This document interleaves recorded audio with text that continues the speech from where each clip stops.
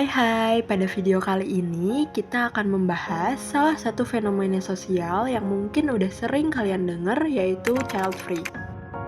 Child free merupakan istilah bagi pasangan yang menikah tetapi memilih untuk tidak memiliki anak, baik secara biologis maupun melalui proses adopsi, sesuai dengan pengertian dari Badan Pusat Statistik tahun 2023. Fenomena child free di Indonesia mulai ramai diperbincangkan setelah seorang YouTuber bernama Gita Savitri mengumumkan keputusannya untuk menjalani gaya hidup child free. Keputusan tersebut menuai banyak pro dan kontra. Penolakan terhadap keputusan gaya hidup child free disebabkan karena adanya pandangan tradisional bahwa perempuan harusnya mengandung, melahirkan, dan menyusui anak sesuai dengan kodratnya. Penolakan dan stigma negatif juga dipengaruhi oleh pandangan mayoritas masyarakat bahwa keluarga yang ideal adalah keluarga yang terdiri atas ayah, ibu, dan anak. Meskipun bertentangan dengan budaya yang ada di tengah masyarakat, nyatanya prevalensi perempuan yang memiliki hidup child free di Indonesia mengalami peningkatan yang cukup pesat.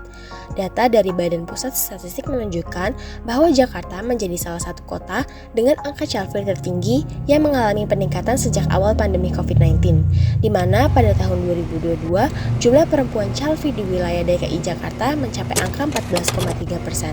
Peningkatan prevalensi child free tersebut berdampak pada menurunnya laju pertumbuhan penduduk di Indonesia, di mana pada tahun 2000 hingga 2010, laju pertumbuhan penduduk mencapai angka 1,49%, sementara pada tahun 2010 hingga 2020 hanya mencapai angka 1,25%. Kenapa sih penelitian ini berfokus pada dewasa muda? Data dari Badan Pusat Statistik menunjukkan bahwa pada tahun 2020, penduduk Indonesia didominasi oleh individu dewasa muda dengan lebih dari 71 juta jiwa generasi Z dan 69 juta jiwa generasi milenial. Oleh sebab itu, keputusan dewasa muda terhadap gaya hidup child free dapat memberikan pengaruh yang signifikan terhadap keadaan negara di masa mendatang.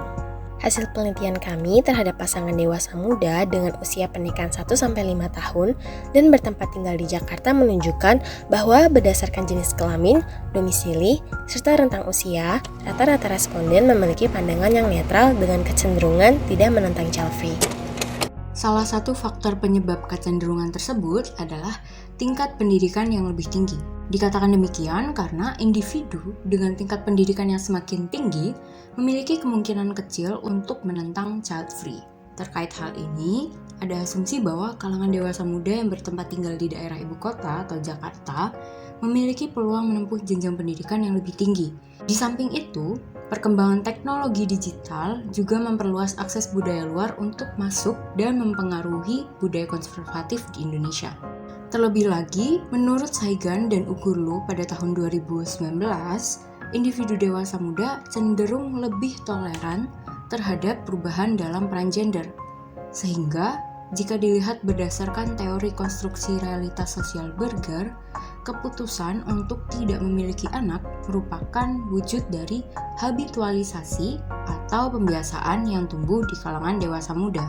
Penelitian lain yang mendukung temuan tersebut adalah penelitian dari Trent and South, yaitu pada tahun 1992, yang mengungkapkan bahwa sikap individu dewasa muda umumnya lebih modern dalam menyikapi pernikahan dan masalah keluarga dibandingkan dengan individu dewasa yang lebih tua.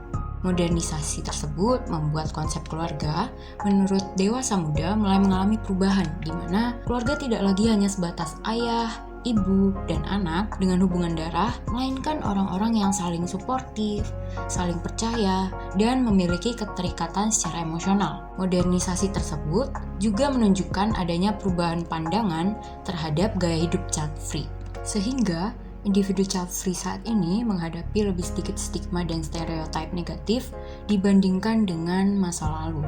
Nah, setelah nonton video barusan, gimana nih pandangan kalian terhadap fenomena child free?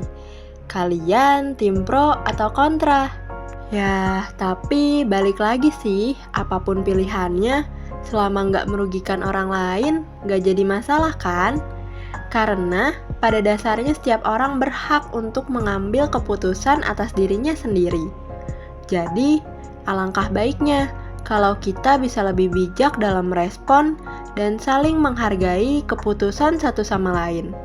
Perlu diingat juga bahwa setiap keputusan yang diambil hendaknya memiliki dasar pemikiran yang logis dan telah melalui proses pertimbangan yang matang. Dengan demikian, kami, kelompok Lingling, pamit undur diri. Sampai jumpa di video selanjutnya.